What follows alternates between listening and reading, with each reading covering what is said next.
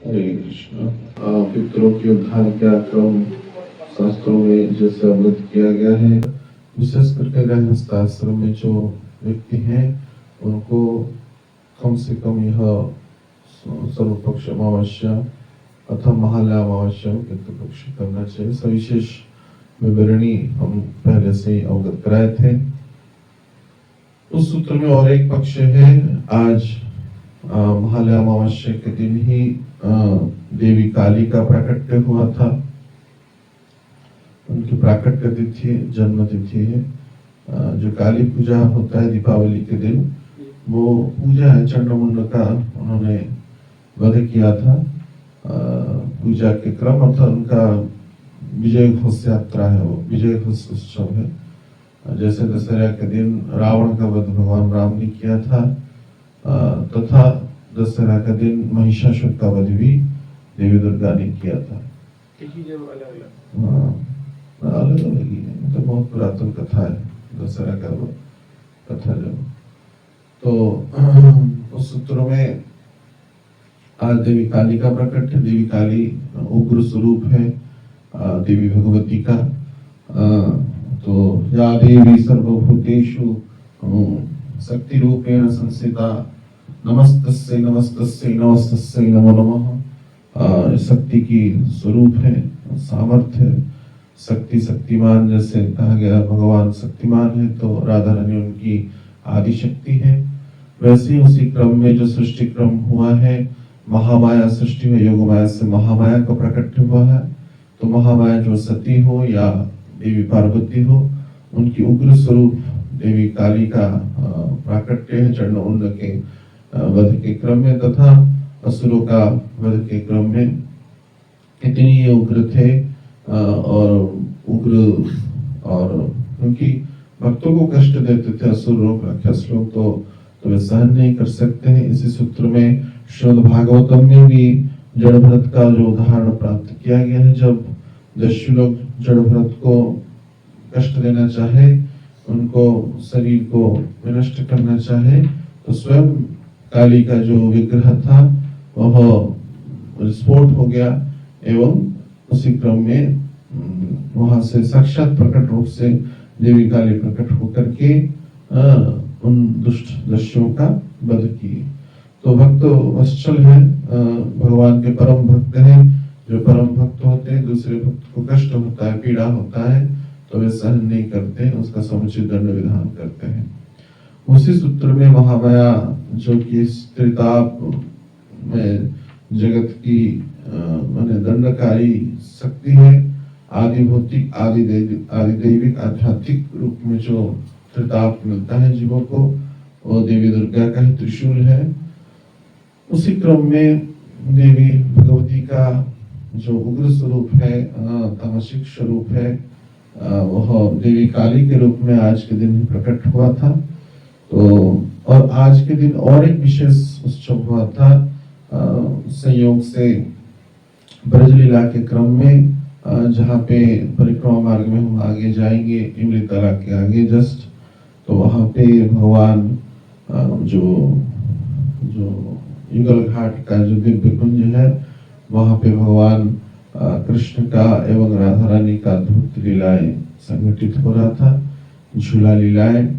तो उसी समय अभिमन्यु कर देने के लिए मथुरा गया था। उसको किसी सूत्र से प्राप्त हुआ कि भगवान के सहित राधा रानी लीला विलास कर रहे हैं, तो क्रोध से और अभिमान से उसको रंगे हाथ पकड़ने के लिए आ रहा था। तो योग माया पूर्णमासी देवी तथा वृंदा देवी तथा अन्य ब्रज के परिकरों के द्वारा जब राधा रानी तथा भगवान अवगत हुए तो अद्भुत लीला क्रम की, क्योंकि आज देवी काली का प्राकट्य है। तो उसी क्रम में ब्रज में भी जैसे कात्यायनी क्षेत्र में देवी काली की उपासना होता है, तो उसी सूत्र में वृंदावन के ब्रज में भी कई स्थानों पे देवी पूजा की विधान, यह पुरातन है, चिराचरित प्रथा है। स्वयं गोपियों ने भी कात्यायनी देवी का आराधना किया था। नंद सुत देवी पति में कुरुतमम, नंद सुत हमारे पति के रूप में प्राप्त हुए, प्रार्थना किया था। तो यह ब्रज में देवी उपासना पद्धति भी प्रसिद्ध थी ही। अभी भी है। भगवान कृष्ण का स्वयं वचन है, वे विविध रूप में पूजित होंगे, चाहे विंध्यवासिनी हो, कात्यायनी हो, महामाया हो, वैष्णवी हो, आदि रूप में पूजित होंगे। तो इसी क्रम में भगवान क्या किए, इन्होंने काली देवी, काली का स्वरूप में परिवर्तित हो गए और माने जीभ बाहर कर दिए, हस्त में खरपरा एवं खड्ग धारण कर दिए, एवं जैसे वस्त्र आदि को उतार करके निर्वस्त्र रहते हैं देवी काली, क्योंकि अत्यधिक तामसिक स्वरूप है। शरीर में असुरों का मुंडमाला रहता है, हड्डियों की माला रहता है और विविध प्रकार की तामसिक श्रृंगारों से श्रृंगारित होते हैं, एवं भस्मादि का लेपन करते हुए वो असुरों का नाश करते हैं। तो वैसे ही भगवान स्वरूप बना दी और राधा रानी परम उपासिका के रूप में उस देवी कालेश्वर विग्रह का उपासना करने लगी, अर्थात विविध नैवेद्य पुष्प आदियों से। तो लेकिन भगवान सबको तो छुपा लिए, लेकिन अपने छंदाचरण त्रिभंगे छंदे चिड़ा सिरे मयूर चुड़ा, जो त्रिभंग स्वरूप उनका त्रिभंग लालित्य स्वरूप है, उसको छुपा नहीं पाए। भगवान काली के स्वरूप में तो परिवर्तित हुए, परंतु उनका जो चरण है, जो छंदाचरण है, त्रिभंग स्वरूप है, वो यथावत रहा। लेकिन उस बात को केवल सखियां, मंजरियां, राधा रानी ही गौरतलब कर पाए और अभिमन्यु कर नहीं पाया। चंद्र सेन जिसको बोलते हैं, तो उसके बाद वो प्रसन्न हो गया कि हाँ, राधा ब्रज के यमुना के किनारे आज के विशेष तिथि पे माता भगवती काली का उपासना कर रही है। तो यह भी लीला संगठित आज के दिवस में हुआ, ऐसा कुछ रसिकाचार्यों का कहना है। तो इसी क्रम में हम भी महामाया स्वरूपिणी देवी खरपरा और खड्गधारी काली से यही प्रार्थना करेंगे कि वे भी जैसे भक्ति रक्षक रहे, भक्त रक्षक रहे, हम सब पे भी कल्याण विधान करें, हम माया के प्रकोप से दूर रहे एवं माँ में जो प्रबद्धन्ते माया में तम तरन्तिते, उनकी चरणों में समर्पित होते हुए, भगवान के चरणों में समर्पित होते हुए, सदगुरु के चरणों में समर्पित होते हुए उनके अनुगत्य में भजन करने का प्रयास करें। यही जैसे भक्तिविनोद ठाकुर दशहरा के अवसर पर 3 श्लोक रचना किए थे, ये हमने सुना है। क्या वो श्लोक अब तक हमको पता नहीं, ये महाराज जी अवगत कराए थे, परंतु शायद अनुसंधान करने से वो श्लोक भी प्राप्त हो जाए।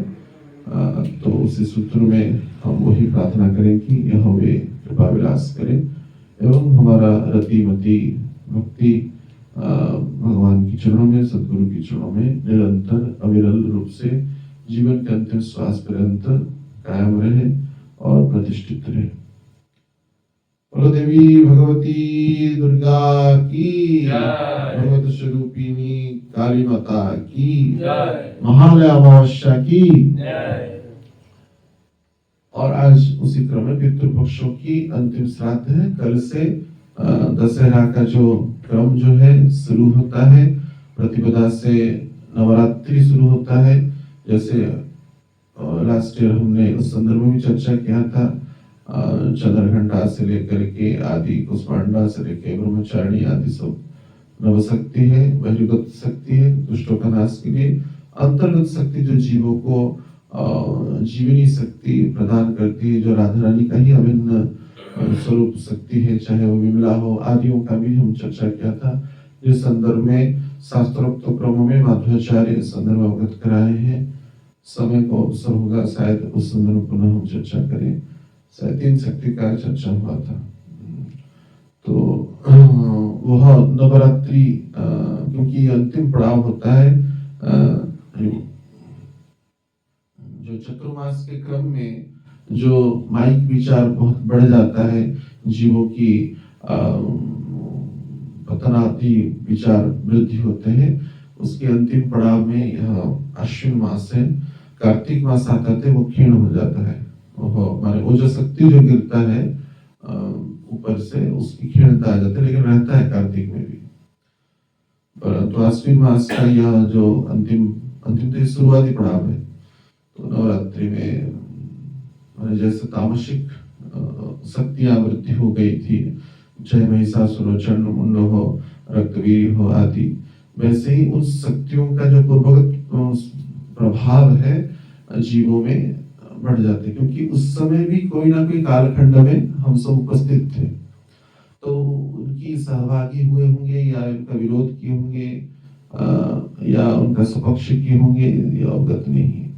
तो निश्चित रूप से क्योंकि पापी आत्माएं थे तो निश्चित रूप से पक्षधरी ही रही होंगे उन असुरों का, तो उसका प्रभाव इसमें पड़ता है। यह देखा गया, जैसे हम बार बार कहते हैं, चतुर्महा जो होता है वो साधकों के लिए सबसे टॉप होता है। समय पूरा चेतना ज्यादा विरल हो जाता है, प्रभावित हो जाता है, विकारात्मक चेतना से लेकर आपराधिक चेतनाएं वृद्धि होते हैं और सावधान रहना चाहिए उसी क्रम में।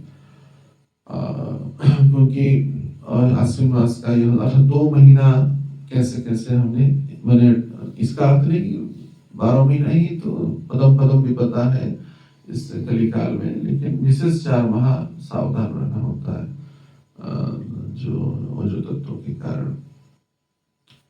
तो उसी सूत्र में आश्विन मास का यह प्रारंभिक स्तरों में जो महालया अमावस्या शुरू होगा, अर्थात यह आश्विन मास शुरू हो गया। भाद्रव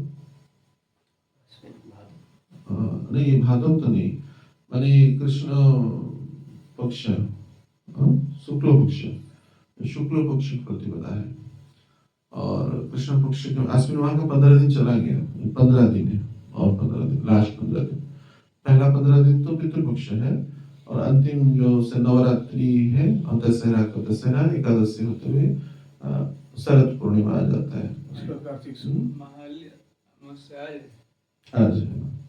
आज कृष्ण पक्ष कृष्ण पक्ष शुरुआत हुआ, धीरे धीरे बढ़े। तो उसी क्रम में विशेष सावधान बरतने का प्रयास करें।